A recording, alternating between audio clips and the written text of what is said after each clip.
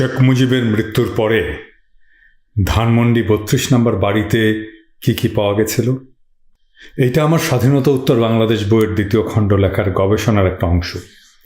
আমার বইটা শুরু হবে 1975-এর 15ই আগস্টের সকাল থেকে। ধানমন্ডি ৩২ নম্বরের জব্দ তালিকা সেই ইতিহাসের একটা গুরুত্বপূর্ণ উপাদান।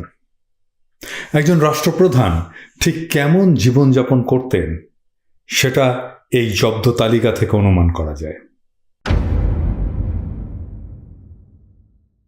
1975-এর 15ই আগস্ট হত্যাকাণ্ডের পরে ধানমন্ডি ৩২ নম্বর বাড়ির সব মালামালের একটা তালিকা করে সেটা জব্দ করা হয়। এই তালিকা ছিল মোট ৭১ পৃষ্ঠার, একেবারে মুক্তিযুদ্ধের চেতনার সাথে খাপে খাপ। 30শে আগস্ট খন্দকার মোস্তাক সরকার একটা রাষ্ট্রীয় শ্বেতপত্রের মাধ্যমে কি কি পাওয়া গেছে সেটা প্রকাশ করে। আমরা কিছুক্ষণ পরেই দেখব কি কি পাওয়া গেছিল।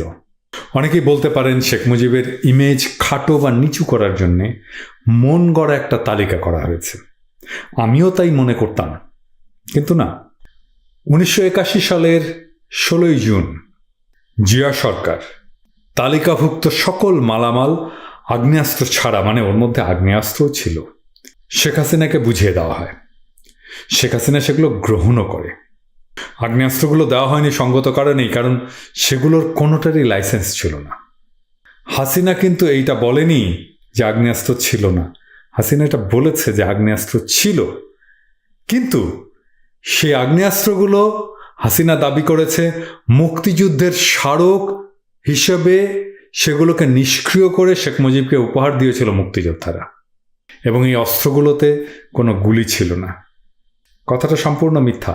সেখানে অস্ত্র এবং গুলি দুটোই পাওয়া গেছে, কোনো অস্ত্রই নিষ্ক্রিয় ছিল না। স্বাধীনতা উত্তর বাংলাদেশ বইটার প্রথম খণ্ড লিখতে যেয়ে আমি একাধিক রেফারেন্সে পেয়েছি যেখানে শেখ কামাল আগত সেনাদের জাসদের ক্যাডার মনে করে তাদের উপরে ব্রাশ ফায়ার করে। মূলত সেই কারণে সেনাদের তরফ থেকে পাল্টা গুলি ছোড়া হয় এবং শেষ পর্যন্ত পুরো ঘটনার একটা রক্তাক্ত পরিসমাপ্তি ঘটে। তো সেই ৭১ পৃষ্ঠার সম্পত্তির মধ্যে কি কি ছিল খেয়াল করে শুনুন। 503 তোলা স্বর্ণালঙ্কার, 4054 তোলা রূপার অলঙ্কার, বাংলাদেশি নগদ টাকা, ভারতীয় নগদ টাকা, কিছু ডলার, কিছু পাউন্ড স্টার্লিং এবং কিছু প্রাইজ বন্ড। তবে এটা উল্লেখ করা ভালো যে ভারতীয় টাকা, পাউন্ড স্টার্লিং এবং ডলার এটা খুব সামান্য পরিমাণেই ছিল। এবং যে আগ্নেয়াস্ত্র এবং গোলাবারুদ পাওয়া যায় যেগুলোর লাইসেন্স ছিল না, সেগুলোর মধ্যে কি কি ছিল? 3টা মার্ক 4 রাইফেল, একটা 303 রাইফেল, .32 বোরের 2টা রিভলভার, ম্যাগাজিন সহ একটা SLR, 2টা ম্যাগাজিন এবং 78 রাউন্ড গুলি সহ 2টা SMG লাইট মেশিন গান, একটা চাইনিজ রাইফেল, .22 বোরের একটা রাইফেল, ম্যাগাজিন সহ একটা ব্রেটা গান, 237টা গুলি সহ একটা জিও 3 রাইফেল, একটা মার্ক 3 রাইফেল সহ 2 বাক্স গুলি, 2টা গ্রেনেড অবিস্ফোরিত এবং একটা এয়ারগান। বৈধ কাগজপত্রের অভাবে এইসব অস্ত্র শেখ হাসিনাকে দেওয়া হয়নি।